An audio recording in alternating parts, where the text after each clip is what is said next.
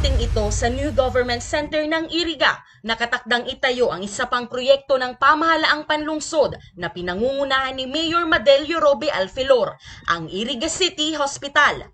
Nitong Biyernes, isinagawa na ang groundbreaking ceremony para sa konstruksyon ng bagong ospital. Isang linggo lang matapos buksan ang kanilang dialysis center. Malaki ang pasasalamat ng alkalde sa tulong na ibinigay ng kapwa Irigenya na si Senator Laila de Lima. Ayon kay Mayor Madel, naglaan ng pondo ang senador upang maipatayo ang Phase 1 ng Iriga City Hospital. Staff niya, pasalamat kami kay Attorney Prince na talagang masigasig. Pag sinabi mi, kinaulay mi, tulos-tulos sasabihin niya kay Ma'am Laila de Lima.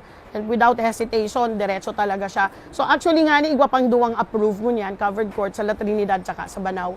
So pasalamat talaga kami kay Attorney Prince and kay Senator Laila de Lima. Grabe po ang tabang niya digdi sa Iriga. Kung dai po ini, dai ma-start. So mayong Phase 1. Nagpaabot ng kanyang mensahe ang mismong Irigenyang senador. Atiwala sa kamalasakit ninyo a inspirasyon ko, tanganing di maudaan sa buot dagos na ipaglaban ng tama, dawa uno ang mangyari. Again, my warmest congratulations. Thank you and good day, Diyos Mabalos. Laila de Lima, Camp Crame, July 2, 2021. Nangako ang Department of Public Works and Highways, sisiguraduhin nilang strictly monitored and supervised ang pagpapatayo ng dalawang palapag na ospital. This project is a two-story building with a dimension of 40 by 32 meters. So may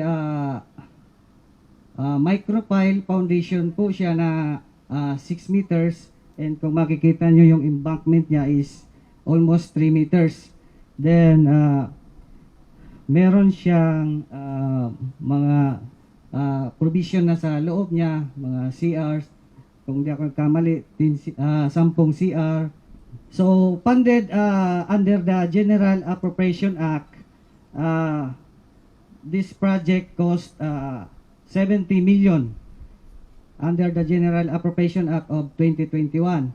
20-bed capacity ang nakaabang sa Phase 1, habang dagdag na 30 pa ang para sa Phase 2 kung saan magmumula naman kay House Speaker Lord Alan Velasco ang pondo. And we are very thankful na adilibri na.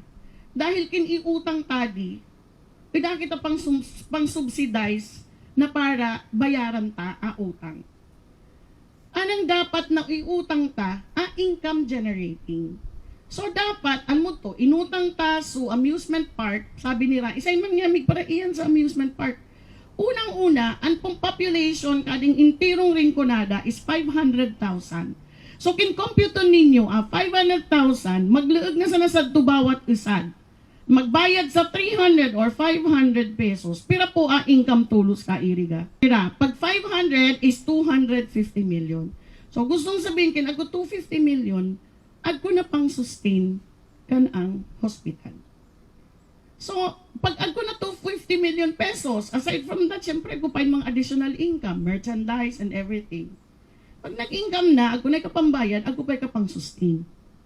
So, maski po, irak sa Diyos, bagay na kita ang mayor, bagay na si mama ng senator, agko pang ikot, Iriga City.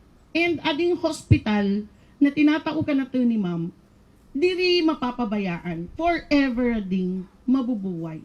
Samantala, dagdag na health facility pa ang bubuksan sa Barangay San Pedro. Nasa Tupo San Pedro, anang City Health Annex 2, nag-uulat na sa napo kita ko transformer, ang halos ngamin nagamit, isad to na po, unuman ngaya City Health Annex 2. Baga na po an continuation or baga na pariyo po an ka City Health 1, na pati po ang anti-rabies, sad to na po ngamin mountain unit, so ngamin pong TB dot, sad to naman po, agko pa igainan, agko 17 rooms so far.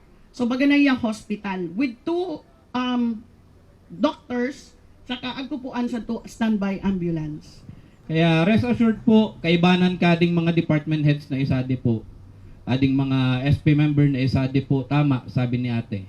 Bilang isad ng mga taga-Iriga, dakul aposuta para sa mga kasareditan sa disunod kading Iriga. So uli, pagkakausad kading iriga para sa one ring kunada. Nakatakda ring madagdagan ng 2 pa ang 5 ambulansya ng lungsod. Inaasahang matatapos ang phase 1 ng ospital sa susunod na taon.